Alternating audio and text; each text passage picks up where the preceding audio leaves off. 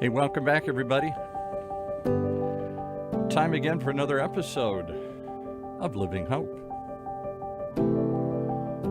A weekly journey designed to provide hope, inspiration, and education for those living with pancreatic cancer. Sharing the real-life stories of those really affected by this disease and how they deal with it on a daily basis. With your host, our 19-year-plus survivor herself, Roberta Luna. Welcome, Roberta. Thank you, Paul. I appreciate it. We have another aspect. You keep looking at all the different kinds of stories to be told around this. It's not just the people with the disease, it's the community and the family and friends it affects. Introduce us to today's guest here. Yes, I'm happy to introduce you to Trent Luna. No relation, no blood relation. That's hard to believe. How many Lunas are there in the world here? Come on. Apparently quite a few. But he is part of my purple family, and I am actually just as proud of him as I would be of any of my nephews. I feel he has a very interesting story to tell and has done really a lot for his young age. So, Trent, we both have lost our dads to pancreatic cancer. But your story and your circumstances are quite different than most of us have experienced. Would you mind sharing that with us? Yeah, so when I was 3.5 months old, my father died from pancreatic cancer. And that was hard growing up with that, really, because, like, school events and stuff, like, they did every year they did, like, a hockey game or, like, a baseball game with our fathers and stuff. And that would be hard, and I went to those with like my uncles or my grandparents and stuff, kind of as like a substitute, and basically that's how I dealt with it. It's great to have family fill in for those things, but no matter who it is and what they're feeling, it's still not like having your dad there. And I know it's very difficult, and I appreciate your honesty and being here and sharing that with us. I met your mom some years back at our first Advocacy Day, actually. And Advocacy Day, for those of you that don't know, is the day that we get to go up on the Hill in Washington, D.C., talk to our representatives, share our journeys with pancreatic cancer, and tell them why increased funding or funding for research is so very important. You chose to go to Advocacy Day. You were, I think, one of our youngest members that I remember. Do you remember how old you were when you attended your first Advocacy Day? My first one, I think I was about 4, maybe 4.5, when I went to my first one with my mom. Did you actually understand the meaning of what you were doing and why you were there? I mean, as much as a 4-year-old could. I think I probably remembered. I remember a little bit knowing that, oh yeah, I'm here because my dad died. I don't think I remembered fully. We're trying to get funding to like research, but over the years, I've sort of picked that up over talks and like research that I've done myself. What was your first Advocacy Day like for you? I remember they had a kids group with us that I went to, and I still have some of my friends there that I met. One of my friends, Megan, there, and I remember the long walks. I remember one of my first times, I think I fell asleep on one of the senators' couches or desk. And I remember our like groups of the people and like hearing everyone else's story and how they talk to people really helped me talk to the senators and other people, and kind of grew my like human skills, I guess, like talking to other people. So you found the classes that they did for Advocacy Day, did you find those helpful in any way? Yeah, I definitely found those helpful, because when you're like 4 to, my last one was like 7 or 8, I really found that helpful, because over the years you would kind of like a yearly thing that I looked forward to every year, like, oh, I get to go to Washington D.C. and talk to Congress and share my story, which is different than everyone else's story. Yeah, I can remember. I think it was probably the first year, the picture that you guys drew, and you took that with you up on the Hill and showed to the members of Congress. And I have to say, it left everybody in tears, because we were all there either as adults for people that we lost, or because we were survivors, or going through the treatment. And to have children there, young people there to advocate, it was just it was overwhelming. And I know that was probably very difficult for you, but you really did an amazing job, and I thank you for that. What else do you remember about Advocacy Day or your trip to DC? Was there something special or fun that you also did besides going to the Hill? Um, I know we went to like museums and stuff out there, but mainly the main thing I remember is definitely Advocacy Day and just meeting new people because every year there'd be new and more people who were like, this is my first year, this is my fifth year or something where they've gone for so long and they have like different stories about how they met different people and stuff and like just getting to see other people is kind of fun. I remember a picture I just ran across recently where you were with Charlotte Ray. Yeah. Do you remember meeting her and what was that like? I remember meeting her and I think I pushed her around in her wheelchair a lot. I remember that. Yeah, because we still have that picture on like our, if you walk up our stairs, there's a picture of us with her in her wheelchair and I'm pushing her. Yeah, I remember being on the metro and you pushing her, and unfortunately somebody forgot to put the brakes on the wheelchair, so we were kind of chasing her down the aisle. But I mean, it's an emotional trip, but you also get a lot of, I think, great memories from that as well. And Yeah. do you have any other memories or any thoughts about your trip to DC or being an advocate, or would you recommend other young people getting involved? I would definitely recommend other young people to get involved. I think you have to be ready to get involved because it's a lot. It's a lot of different emotions that you get from going, not only just from talking to people, but also from like just the whole atmosphere is so like it was kind of overwhelming. I know my last year when I went, like I think I was 8 my last year I went, I definitely had a lot of different emotions from like when I was like 4 and stuff, and it was difficult going through that. But I definitely recommend anyone younger or even older to go because it's definitely a great experience. You said you went through the different emotions, the first time being 4 and then the last time being 8. Do you remember specifically what those type of emotions were? I remember when I was 4, it was more of like, I'm here to represent my dad and here to kind of go through and not explain, but like show everyone what my dad meant to me, kind of when I was 4. But when I was like 8 or like 9, the emotions started to change, and I remember I was sort of in like a weird grief stage where I was like, why does everyone else, I remember something I said a lot was, why does everyone else in my family have memories of my dad and I don't? Which I felt was really unfair, and which I've now learned that it's kind of fun because I can talk to some of my dad's old friends or some of my family members and spend hours talking to them about just stuff my dad did and stuff, and it was great. Yeah, I was going to ask you that a little bit later on, but since you brought it up, what are some of the memories that your dad's friends and family have shared with you? I remember one that I've heard a lot was at, I think, a wedding. My dad was dancing on a table once, I think. I remember that. I remember a few others where just him being the life of a party kind of guy who was just there to have fun, but also could really show you that he was also not just there to have fun and stuff, but there to like be there for meaning and do stuff and stuff.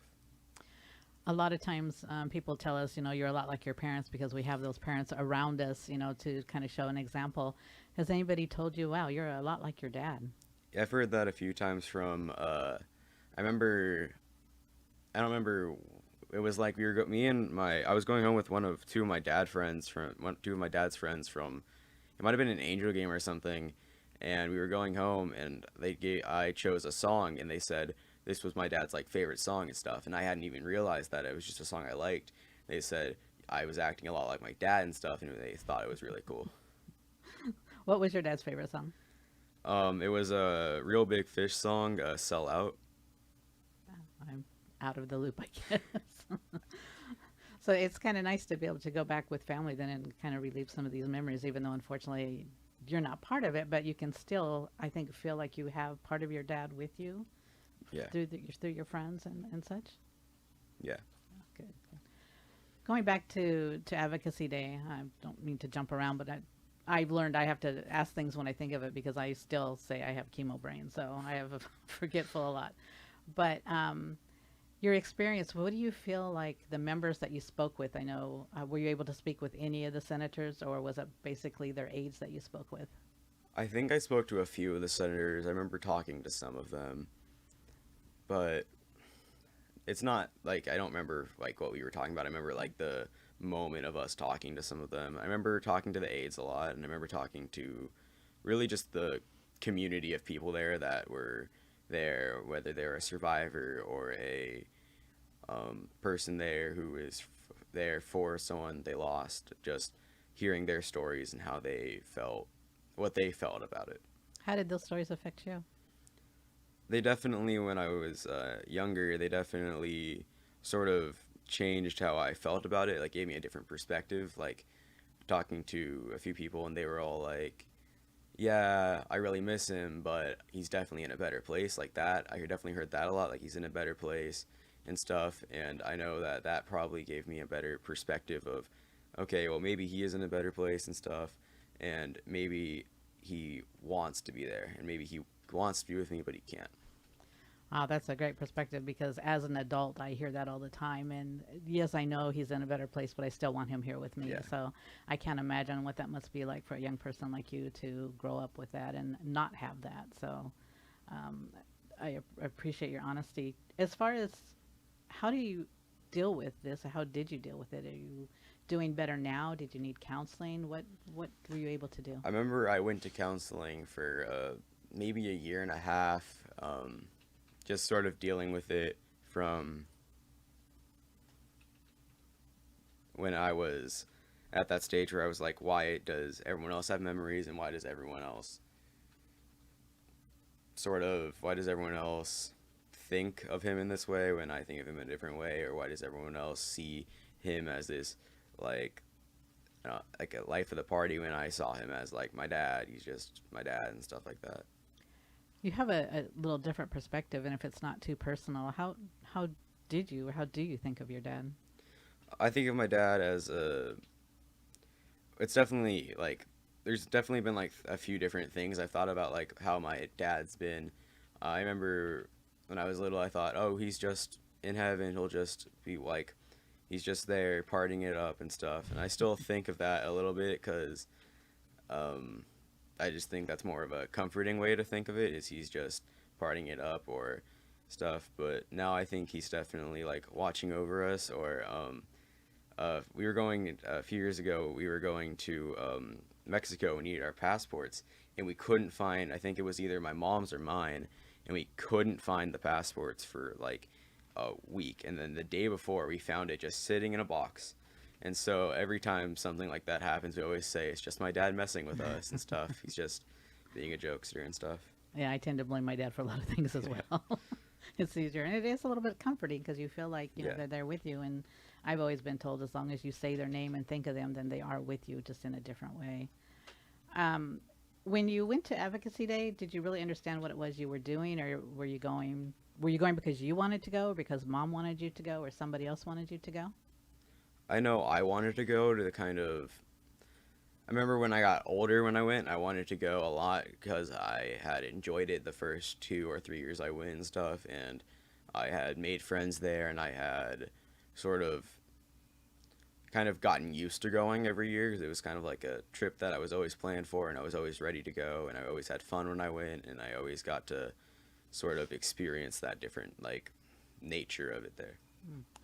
So you would definitely recommend others to get involved and go to Advocacy Day. Definitely. When you were there, did you feel like they were really listening to your story and like you really had affected them? Yeah, I remember one time we were in this, I don't know where it was, but we were in this really big building with a whole bunch of offices. It was probably like a really big office building for the senators and stuff. And I remember I went up and I talked to one of the senators about like, yeah, when I was 3 months old, my dad passed away and everything, and this is how I feel, and I'm here trying to like make money for like funding and stuff.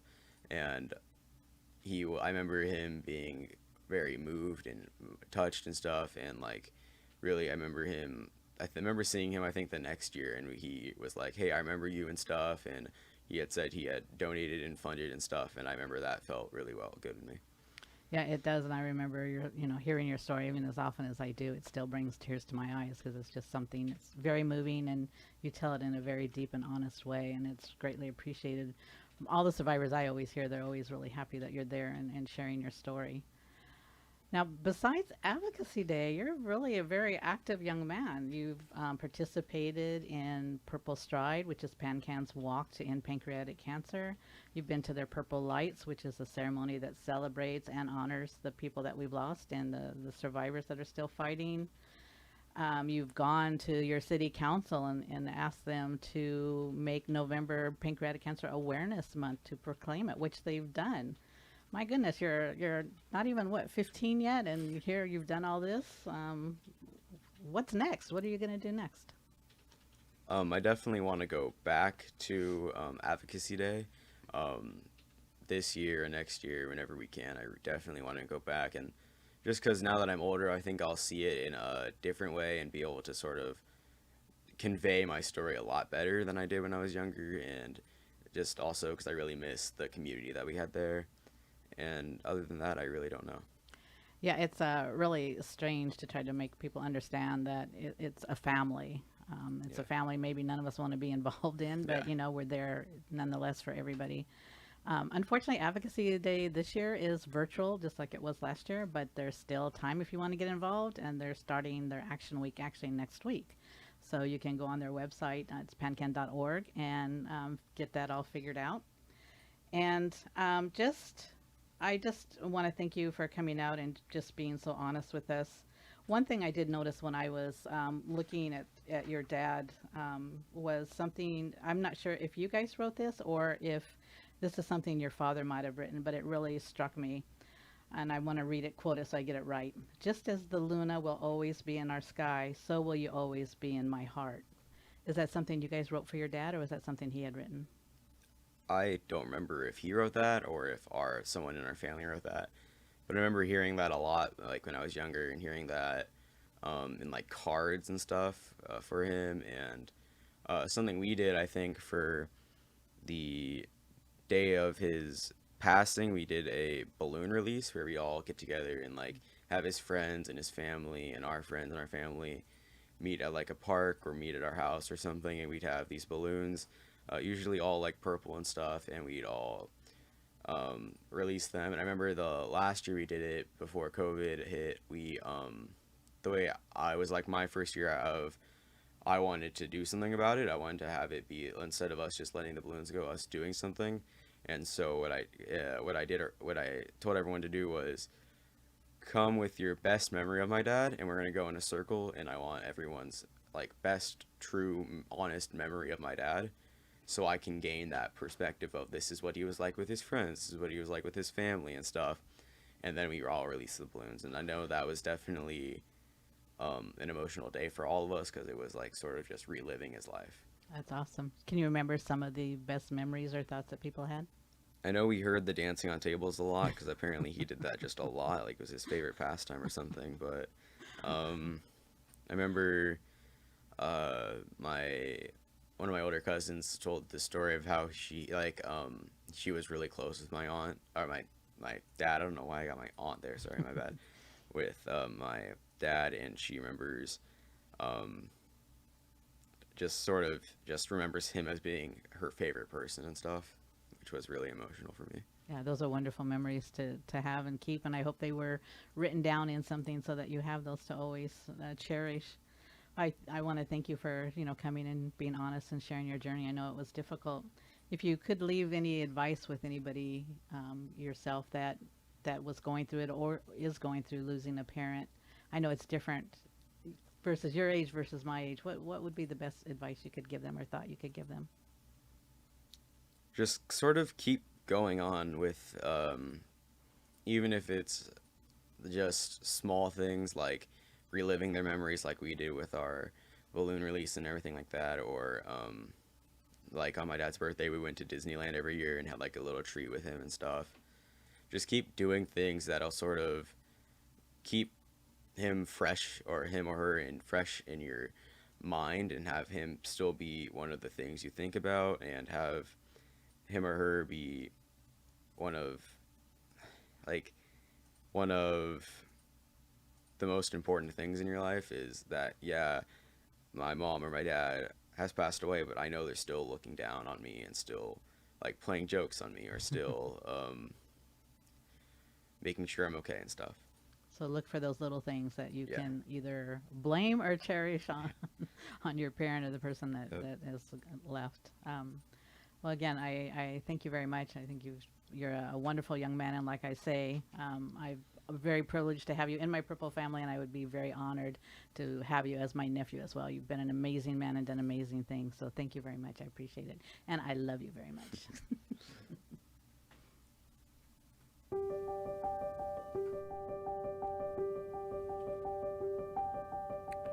Well, there you have it. Another amazing journey. We thank you for listening to Living Hope. This weekly journey designed to provide you with hope, inspiration, and education for those living with pancreatic cancer, or those affected by it, in ways we can't even imagine. Sharing the real-life stories of those really affected by this disease and how they deal with it, continue to deal with it on a daily basis. If you'd like to share your story, please contact us. If you or anyone you know needs help right now, there is a place you can call Patient Services at 877-2-PAN-CAN. That's 877, the number 2, PANCAN, for the Pancreatic Cancer Action Network. For OC Talk Radio, thanks for listening. Hope you join us again as we stream live here from the University of California, Irvine's Beale Applied Innovation Center.